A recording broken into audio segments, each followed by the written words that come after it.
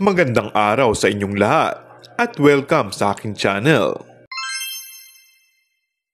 Kinumpirma ni Paulo Avellino na nakilala na ng kanyang rumored girlfriend ng anak nila ni LJ Reyes na si Aki na kamakailan lang nang pumunta sila sa LA.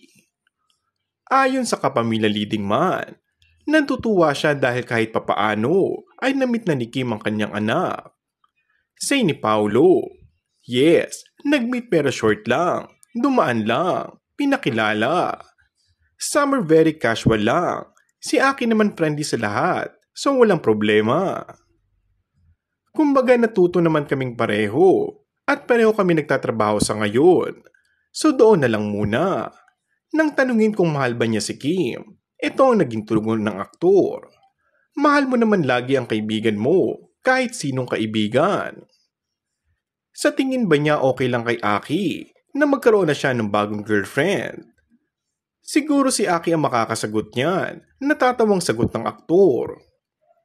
Kung matatandaan, mismong si LJ Reyes ang nagsabi na boto siya kay Kim para kay Paulo at kung seryoso na ang tatay ng kanyang anak sa kapamilya TVO's actress ay walang problema sa kanya. She even described Kim as isang matalinong babae at karespe-respeto po talaga. Mahilig din po siya sa bata. Kung bago ka lang sa aking channel ay mag-subscribe at pindutin na rin ang notification bell.